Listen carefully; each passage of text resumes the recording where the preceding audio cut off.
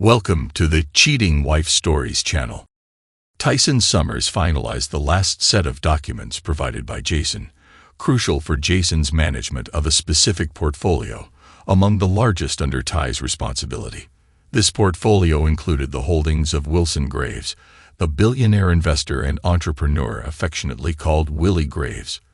Willie thrived on using his wealth for hostile takeovers, acquiring stocks to gain control.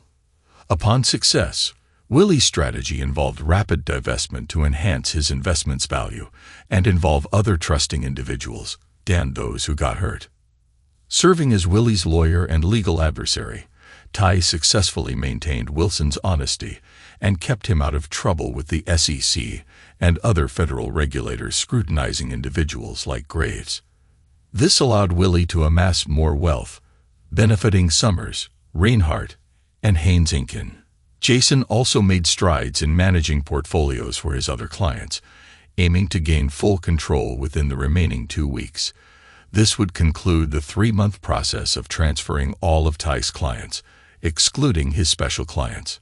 Only Jason, Stacy, Reinhardt, and Clayton Haynes were privy to Ty's impending retirement. Ty reminded himself once more that it was time to let go and prioritize personal time.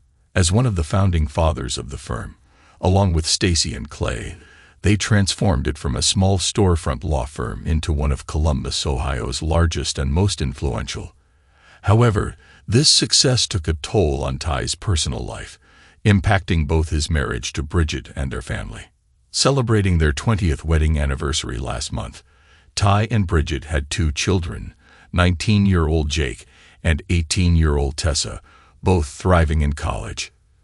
Despite the material comforts, Ty realized that Bridget's disinterest in their love life was a significant issue. While Ty's love-making drive remained active, Bridget attributed her low libido to a temporary phase, promising to discuss it with her doctor during her next checkup, which was almost a year ago.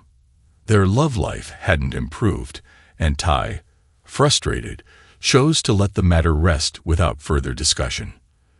The source of his concern was Bridget's frequent trips back to her hometown of Mansfield, Ohio. She explained it was due to her mother's declining health, and her sister Bianca, who lived there, needed assistance. Both still resided in Mansfield, and Bianca, divorced and alone, benefited from Bridget's stay during these visits. Bridget felt it was the least she could do to relieve Bianca and allow her some free time. These trips started 6 months ago and now occurred bi-weekly, with Bridget departing on Thursday morning and returning late Sunday night. She maintained communication by calling every evening at 9 and ensuring her cell was always accessible. However, this meant Ty spent 3 or 4 days alone every other week, a situation he now disliked. Bridget left this morning for her latest trip, leaving Ty alone again. Despite his disappointment, he revealed to Bridget that he was working on a big surprise, ready in a couple of weeks. He even attempted to pique her interest by mentioning Stacy's involvement, hoping her curiosity, or even jealousy over Stacy would make her stay and find out the secret. Bridget showed minimal curiosity, and Ty, not surprised, let it go and left her to packing. After their usual goodbyes, Ty left for work, knowing she would be gone within the hour. Later that day, Ty closed up his office, chatted with Rachel, his secretary, and walked down the carpeted hall to Stacy's office for a conversation before heading home. He knocked once and pushed the door open, a habit accepted by all partners accustomed to his unannounced visits. Ty greeted Stacy and suggested they finish work for the day, offering to buy a drink. Stacy expressed her reluctance to go home to an empty house.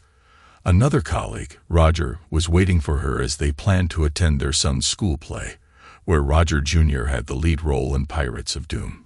Ty teased Stacy about the play but acknowledged that parents are naturally biased when it comes to their children's performances.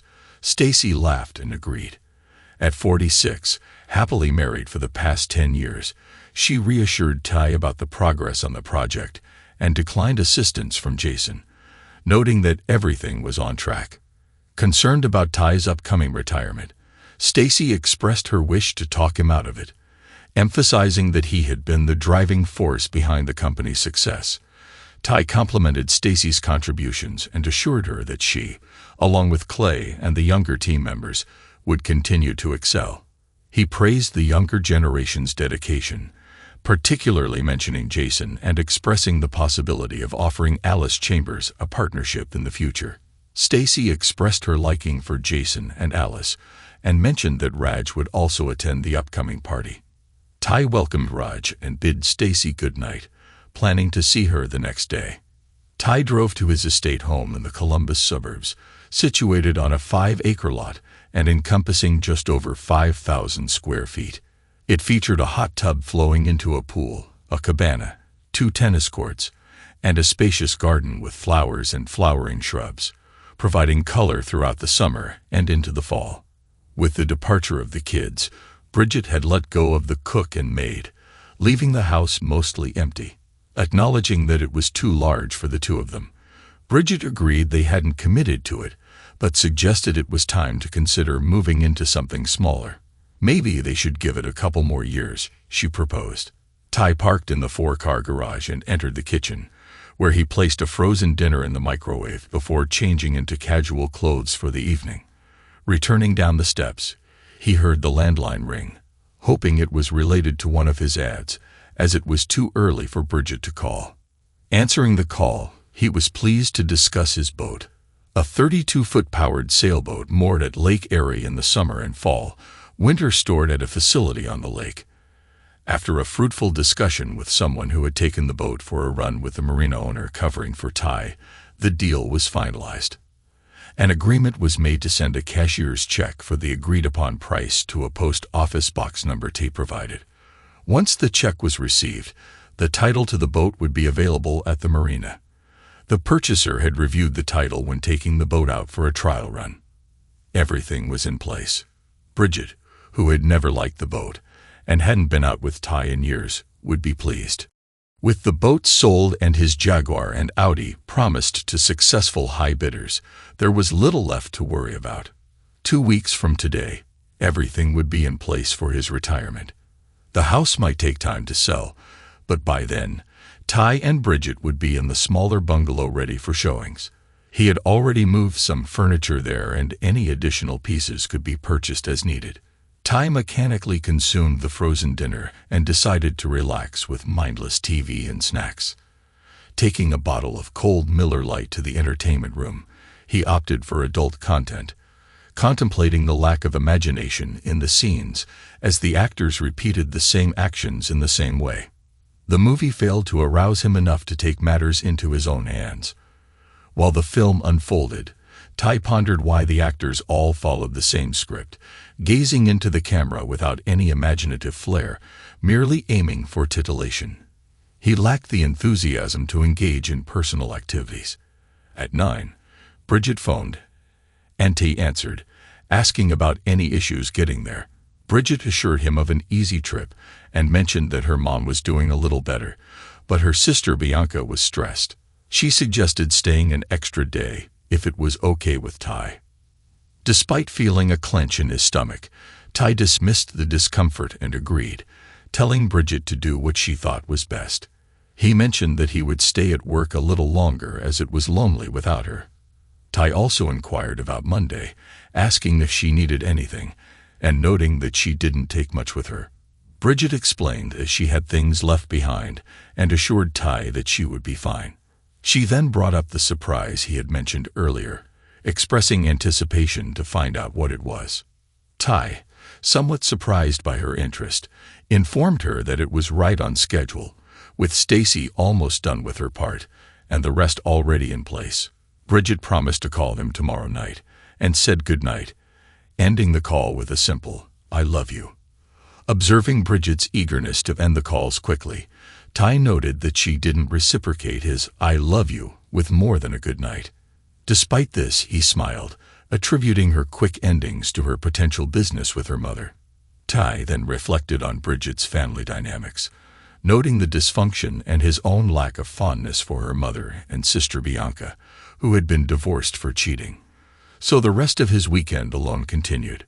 Ty thought to himself to occupy himself. He called the kids, talked with them for an hour or more, reminding them of his summons for them to come down in 2 weeks, and then just let himself go. He fell asleep on the couch and woke during the middle of the night with a stiff neck. He went to bed and slept without dreams. That was unusual, but Ty welcomed it. Lately, his dreams had not been pleasant. The next 2 weeks passed as normal, with Ty working to finish all his cases and make sure Jason was up to speed on all of them. He spent most of that second week calling his clients and letting them know of his pending retirement. They were, for the most part, happy for him and willing to work with Jason. A few wanted assurances from either Stacy or Clayton, and he made sure they were contacted right away. Things were all in place by that final Thursday when Bridget left for Mansfield. Ty had managed to keep his pending retirement secret from Bridget as planned. She rarely asked about his work anymore, so it was not much of a problem. In addition, she had forgotten about the surprise and Ty didn't bring it up again before she left. He would mention it Sunday morning when she called to tell him she was about to leave, especially as she decided to stay an extra day again. Either way, Ty was prepared. Friday marked Ty's ultimate day, filled with bustling activity. Collaborating with Rachel, they cleaned the house and transferred paper files to Jason. Following a few more phone calls, Ty instructed Rachel to shift all his new calls to Jason, aligning with his plan. Having assigned Jason his secretary, Rachel had experience working with her. Ty's last morning task was telling Stacy to set things in motion, and she affirmed readiness. Though she left for the courthouse later that morning, Stacy promised to return in time for the retirement party at the Radisson Hotel. Despite everyone knowing Bridget couldn't attend, it didn't delay the proceedings, promising an enjoyable time. Ty left immediately after lunch to address several necessary tasks, and by 3 that afternoon, everything was in place. The final papers for the house were signed and movers were already on their way, committed to finishing by late Saturday afternoon. Once the movers finished, the crew Ty hired to clean the place thoroughly would arrive, with orders to complete the task by that evening. They were promised a bonus if they finished on time. Realtors assured Ty that the for sale sign would be in the front yard by late tomorrow, revealing a listing of interested parties who wished to view the property starting the following Monday. To their satisfaction, Ty had competitively priced it for a quick sale. The last task for Ty was ensuring that all financial arrangements were in place. Bridget and he had 2 separate accounts, aside from the joint ones, each with their credit card. It was Ty's insistence that they carried only 1 card each, disapproving of running a credit balance. Bridget, adept at financial management, was never frivolous with money. She skillfully managed their accounts, aware of Ty's private business accounts managed by his company. Unaware of Ty's accounts at the firm, Bridget over the years had neither inquired nor remembered. Retiring, Ty closed all joint accounts carrying both their names, transferring the retirement account to a new brokerage. Ty intended to manage all their joint affairs in cash temporarily, or at least until they had settled on everything. Since the new home would be located outside the States, Ty moved the accounts beyond the U.S., having already opened an online account with an international bank with outlets in Europe and South America. Ty was confident that Bridget would easily adapt to the change, as she was very intelligent about money matters. Finally, Ty confirmed that the tickets were in hand, contemplating spending the next several months with Bridget in a beautiful Costa Rican resort. Sun, sand, swimming, sailing, horseback riding. They had it all. Ty, having made a solo trip to the resort to confirm its authenticity, instructed Rachel to book the trip and make the reservations, desiring everything to be confirmed by the time of his retirement. Tyson was quite prosperous, accumulating substantial wealth from handling high-profile cases for affluent clients, charging accordingly.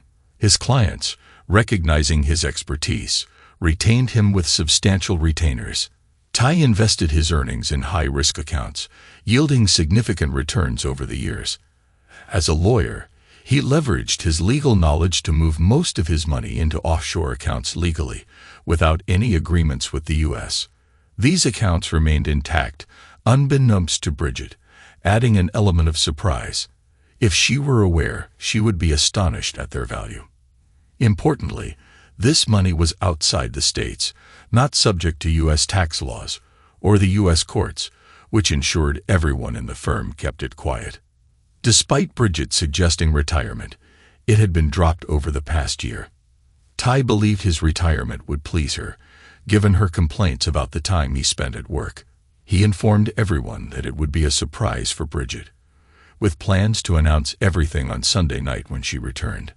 Ty was confident she would be home Sunday, intending to initiate the surprise during her morning call.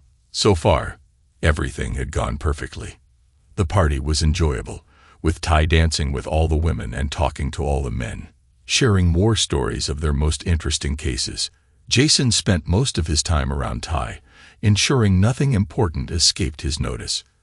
Ty thought highly of Jason, foreseeing him as a valuable asset to the firm. Stacy and Clay, privy to all his plans, were sworn to secrecy. As his attorneys, Stacy subtly expressed pleasure in what he was doing. Ty danced with her, discussing the final steps. Stacy assured Ty that everything was ready for the surprise, documenting checks and amounts to ensure Bridget's surprise and Ty's satisfaction. Ty expressed confidence in Bridget, enjoying the surprise, and Stacy sarcastically whispered her agreement. Ty laughed and shared that he had tickets for a Costa Rica resort, with plans to leave Sunday night. He promised to call her with a permanent number, but mentioned that his new cell would be active in the meantime. He suggested Roger and Stacy do something similar. Stacy replied that she enjoyed what she was doing too much to quit at the moment. Ty encouraged her to tell Clay that he was sorry for not including him in all their plans. Ty stayed at the party until almost midnight before leaving. He missed Bridget's call but found a voicemail. Bridget informed Ty that she was going to her mom's that night, asking him not to call her there to avoid waking her mother.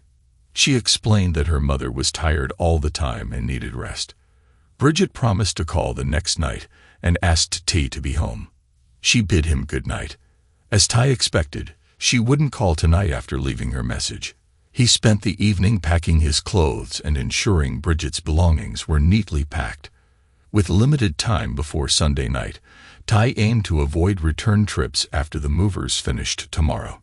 Careful and methodical, he packed her things, ensuring a smooth process without room for complaints. He planned to stay at the bungalow tonight and ensure all calls were forwarded to his new cell, starting tomorrow. Once he had transferred everything to the bungalow, Ty wrapped up his tasks, made a phone call to confirm the last piece of the surprise was in place, and then went to bed. Pleasantly tired from the party and on edge, he hoped nothing would go wrong as he fell asleep. Saturday marked the packing and moving of the furniture from their home. Though somewhat sad, Ty shrugged his shoulders and left the movers to their work. He was going back to the bungalow to meet their kids, arriving right around noon, and Ty needed to go over his plans with them to avoid surprising them too much. He had given them a hint of his retirement, but withheld details about Costa Rica or anything else. Now was the time to bring them up to date. He had to extract promises from them not to call Bridget and spoil his surprise, thinking they would be okay with that. When they arrived, he welcomed them inside, sat them down to begin filling them in. Making it short and to the point, he answered all their questions and gave details when they asked for them. Neither Jake nor Tessa were happy with what he was doing, but he assured them that their college tuition was taken care of and that they would always be welcome home wherever that was. He reassured them that his retirement was something both he and Bridget had discussed and agreed upon as the right time. They wanted to talk to Bridget, but he made them promise to wait until Sunday night. When she got home, they finally agreed. They all went out to dinner that evening and kept quiet when Ty answered the 9 o'clock call from Bridget. She kept it short, as usual, but didn't mention staying any longer, so he still expected her. Sunday night, after the call, the kids once again discussed his plans, wanting to be sure he still wanted to proceed. Ty assured them he was fine. When they went to sleep in the spare room with twin beds, he made a phone call to confirm the movers were done and the cleaning crew was scheduled. Both were affirmative, and Ty was pleased. One final call, and he was done for the night. Sunday was a day when little had to be done, and most everything was ready. He checked the house and found all in place. The movers and cleaners had left the place spotless and ready to show. He drove back to the bungalow and waited for the call from Bridget, telling him she was ready to leave. He expected her to call at her normal time, between 10 and 10:30. The kids had gone out to be with some of their friends from home, so Ty was alone when she called. He answered after the first ring. Ty nervously asked Bridget if she was ready to start for home. She responded that she was just beginning and explained that she would like to stay a few more days to give her sister Bianca more time to do some things.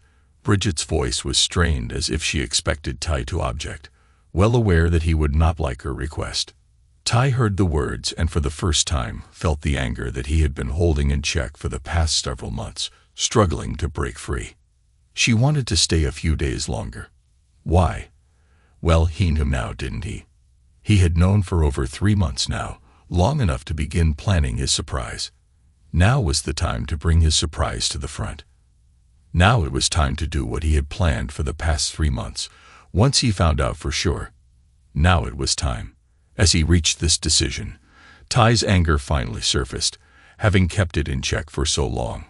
With the anger making it difficult to speak without shouting, he responded to Bridget's request by expressing that he wouldn't mind her spending a few more nights, sarcastically referring to her lover, Kevin. Ty confronted her about her involvement with both Kevin and another man, Ben, stating that it bothered him. His voice rose in anger, and he struggled to restrain himself from screaming at her. Ty accused her of carrying on these relationships for the past 6 months or longer, expressing his frustration at having to pretend it was nothing. Silence followed from the other end, broken only by a sob, and then the phone went dead. Ty stared at the phone in his hand, as if it were a snake about to strike. He realized that Bridget had hung up, and that was an unexpected surprise. He finally placed the offending instrument on the table, his hand trembling with remaining anger. She hung up, and he had no outlet for his pent-up anger. As Ty slumped into the chair beside the table, his phone rang sharply. He stared at it uncomprehendingly as the sound reverberated from the walls. The disposable phone he had purchased for this purpose continued to ring, not having voicemail. Finally picking it up, he pushed the talk button. Yes, was all he could get out. His anger had burned out with the sudden end of it all. He had been primed for an argument or a shouting match, a screaming match between the cheating wife and her scorned husband. Her abrupt termination caught him by surprise and extinguished his anger like a bucket of water on a flame. Now he was numb, dead inside, and numb with the pain he had been holding back with his plan of action. Without the cathartic outlet for his anger and hurt, he was suddenly helpless to stop the piercing pain that clutched at his heart. Bianca's angry voice came through the tiny speaker, urging T not to hang up and expressing concern for Bridget, who was described as a wreck and almost hysterical. She questioned Ty about what he had said to Bridget and what he had done to cause her extreme reaction. Ty redirected his anger towards Bianca, viewing her as a full partner in Bridget's betrayal and as guilty as his cheating wife. He sarcastically informed Bianca that he had simply told Bridget to stay as long as she liked to spend extra time with her lover, Kevin Clark. Ty accused both Bianca and Bridget of being involved with Ben Stinson and Kevin, detailing their rendezvous at a motel. He expressed anger, stopping himself from screaming at Bianca, and dismissed her plea for him to let Bridget explain. Bianca tried to defend Bridget, insisting it wasn't what Ty thought, and describing the situation as a stupid mistake for which she was equally at fault. He pleaded with Ty not to do anything drastic and urged him to wait until Bridget could talk to him. Ty, however, remained adamant, revealing that someone would be there when Bridget arrived, but it wouldn't be him. He accused Bridget of discarding their marriage and stated that she wanted to continue the affair with Kevin. Despite Bianca's pleas, Ty informed her that he had already told their children about the situation, including the weekends when Bridget claimed to be taking care of her mother. Ty asserted that the children had taken the news surprisingly well. In response to Bianca's desperate appeal for hope and reconsideration, Ty reiterated that it was Bridget and Bianca who had discarded their family. Ty bid goodbye to Bianca and mentioned saying goodbye to her mother, noting that she never liked him, and now she must be laughing her skinny buns off. Ty disconnected, then looked around the small bungalow for the last time. Bridget will love it, he thought to himself. Then he laughed at the thought. He turned off all the lights, put the spare keys on the table along with the letter to Bridget, and went out the front door. He pulled the door shut, got into his rental car, and drove to Rachel's apartment. She was waiting in front of the building for him as he pulled up. He got out, loaded her 3 suitcases into the back of the car, and then held the door as she climbed in. She smiled up at him as he shut the car door. He walked around to the driver's side and slid in. Rachel expressed her readiness for the situation, mentioning the challenge of seeing him every day at the firm without being able to touch or talk to him.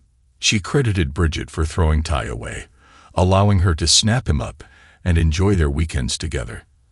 They drove away from Bridget's story, and Rachel revealed that when she called T to ask if he minded her staying a couple more days, she had a strange feeling that it might not be a good idea. She shared her conversation with Bianca, who laughed at the idea of spending more nights with Kevin and Ben. Rachel admitted feeling a twinge of guilt when thinking about her time with both of them, but that guilt failed to survive her thoughts of desire. She described a thrill of excitement when recalling the moments with Kevin and Ben. I shuddered once and picked up the phone. The conversation started as usual, Ty asking me if I was coming home. He sounded so normal, reminding me that this was a world that Ty knew nothing about, and that gave me courage to do what I knew I wanted. I went for it, asking him if he minded if I stayed a couple of days. I looked at Bianca when I did, and her grin reassured me that I was doing the right thing. As I waited for his normal answer to do whatever made me happy, I thought once again to myself that Ty wouldn't mind, and he would never know what I was really doing. I would never let him find out because it would hurt him too much. I loved Ty. That was real. But lovemaking with him had lost its appeal to me, and now I had found an outlet that allowed me to continue to love my husband, but enjoy closeness with someone else. With him, I had found a wild side to myself that I never expected. I was thoroughly caught up in the illicit pleasure he gave me. I was pleased at myself, my own pleasure driving my desire to spend just 1 or even 2 more nights with Kevin and Ben. I was already imagining our night together, and I was becoming warm at the thought, until those words came out of the speaker and directly to my gut, destroying my world. Ty questioned why he should mind Bridget wanting to spend more nights with her lover Kevin, mentioning her involvement with both him and another guy, Ben. Ty expressed uncertainty about the duration, wondering if it had been 6 months or longer. He conveyed his frustration, feeling like he was supposed to pretend it was nothing. Bridget couldn't speak in response to Ty's accusations. I was frozen in fear and panic. I slammed the phone down, and I let out a loud sob. Just one. That's all.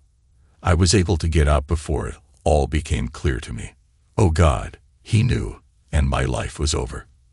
I was going to lose the only man I ever loved. I had to get home. I had to leave now to catch him before he had time to do something terrible.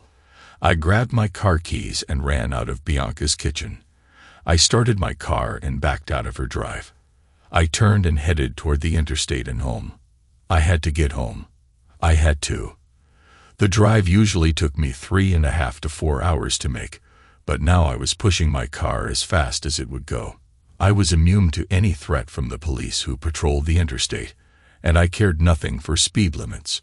I had to get home before Ty had time to leave me. I had to talk to him, tell him that I loved him, and that I was a fool. I had done something stupid and selfish, but it didn't mean anything to me. Kevin and Ben were already gone. I'd never see them or Bianca again as long as I lived.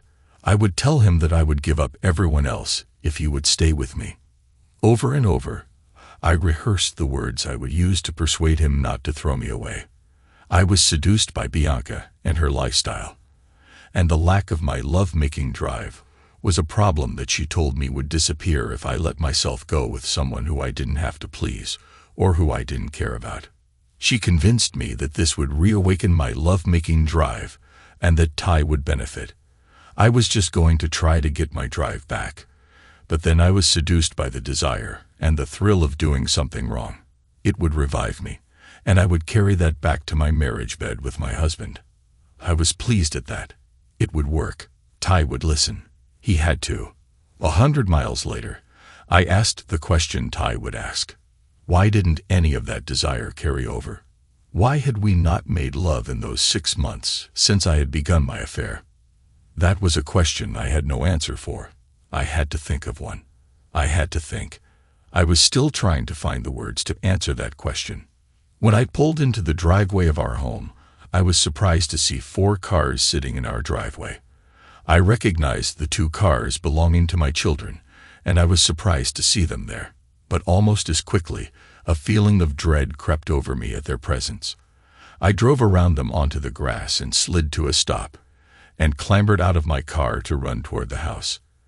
As I did, I saw someone get out of one of the strange cars and move to intercept me at the front door.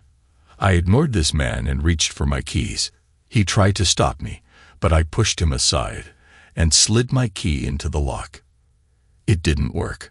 I tried again, over and over, but it wouldn't work. I threw it on the porch and held my face in my hands and began crying. I turned to the door and began pounding on it with my fists. I pounded until the pain in my hands forced me to stop. I looked around to see the man who got out of the car still standing there. He asked me if I was Mrs. Tyson Summers, and I nodded my head yes. He handed me an envelope and said in a low voice, "You are served, madam." He then took another smaller envelope and handed that to me. "These are the keys to your new residence. The address is inside, and the property is yours without burden. You will find the deed and the necessary information inside." I took both envelopes and just stared at him. My mind was numb with sadness and pain. He reached into his coat pocket and handed me a legal-sized white envelope. This contains several checks amounting to the current savings and checking accounts which have been closed. This house has been listed for sale, and the proceeds will go to you once the sale is completed. All of this is included in the divorce statements, and the terms are spelled out very clearly. The man closed his briefcase and prepared to leave. He reached into his jacket pocket and produced a business card. "In case you've forgotten, this is the name of your husband's attorney." He moved away and got into his car. He spoke to the person sitting in the other car I didn't recognize before backing out and leaving. I was stunned, holding the envelopes that the man had given me. I glanced down at the business card and saw that it was Stacy Reinhardt. That name caused a bolt of anger to course down my back, but it quickly died. Stacy was a problem only in my own head, I knew that, but I had used it over the years as a wedge to make Ty feel guilty. Now I knew better, but it didn't help to look up and see her walking toward me. "Hello, Bridget. You're not looking so well today. I just wanted to give you a heads up. Ty asked me to handle things in his absence. In case you're wondering and have lots of questions, I can give you some answers. First, Ty retired effective Friday. We all had a party for him. It was a great party and lots of people came to see him off. Too bad you missed it. But then, you had other things more important, didn't you? Second, this house has been turned over to a realtor for sale. You signed your name to a power of attorney some time ago, and Ty used it to transfer the title into his name. But don't worry, the proceeds are all for you. Ty left it to you in the divorce. He also bought you a nice bungalow, paid for and furnished. Your children can take you there. Finally, Ty gave me full power to act on his behalf in the divorce and all his affairs here in the States. Ty has left the country, and I believe it is his intention not to return for some time." She stood there watching me as I digested the things she told me. It was as if each was a hammer that pounded the stake in my heart deeper and deeper. I was almost gasping for breath at the suddenness with which my life had collapsed in on me. I opened my mouth to ask questions, but nothing came out. I realized that I was smacked by a man whom I had blindly betrayed and disrespected so easily. A man that I knew in my heart was the only man I could ever love. Now I had lost his love, and I had no idea what to do. I was more alone than I had been over the last 20 years. I had my children and my life, but my anchor to all I cared about in this world had left me. I had never felt so alone in my life. I can't know why you did this to Tyson, Bridget. I know from working with him for the last 15 years that he loved you and his children more than anything in this life. When he found out what you were doing, it almost harmed him. Roger and I helped him through the crisis he was in and made sure he stayed calm enough to make plans to deal with you. We made sure he didn't do anything foolish. Just so you know, he considered self-harm, but we talked him out of it by reminding him of your children. He's with someone else. Now that also helped him through the crisis you caused by your actions. It's not important who she is, just that she is with him, and will care for him as this slowly runs its course. Tyson will not agree to talk to you, and he doesn't care if you fight the divorce. That will be in my hands, not his, so do what you will. Just know that Tyson is out of your life, and will never be back. She turned and walked back to her car. Without looking back, she got into the passenger side of the car, and it left. I walked slowly down the drive to my children who were standing together beside the cars. I had to face them and listen to their anger and condemnation, but I really didn't care anymore. I had betrayed my husband, their father, and I had lost him, and nothing else mattered. Their anger at me would not make any difference. Nothing they could say or do could hurt any more than the words I heard from Ty just that morning. God, how they hurt, and all he did was state the truth as he saw it. As I stopped in front of Jake and Tessa, my grief brought me to my knees. Jake reached down and helped me to stand, but there was no concern on his face. As I looked at him, I saw anger, disgust, disappointment, but no concern. That was painful to me, and I began to sob. And instead of holding me, my daughter stood in front of me with her arms crossed over her chest and her face mirroring that of her brother. I had told myself that I couldn't hurt any worse after losing Ty in my marriage. But the looks on the faces of my children told me in no uncertain terms exactly how they saw what I did, and it was even worse. I cried for what I had lost. As my children stood by and waited, they offered no comfort. I had lost them as well. I turned and looked once more at the home tea and I had purchased to build our family. I loved that house and had always felt pride when I came home. Now it was gone. Everything was gone. My husband, my marriage, the love of my children, and the home we shared. What have I done? Why did I never think of the consequences of my actions? Why have I never considered that? I knew now consequences are a thing. Thanks to everyone who took the time to listen to today's stories. If you enjoyed it, please consider liking and subscribing if you haven't already. Feel free to share your thoughts on the events in the comments below. Take care.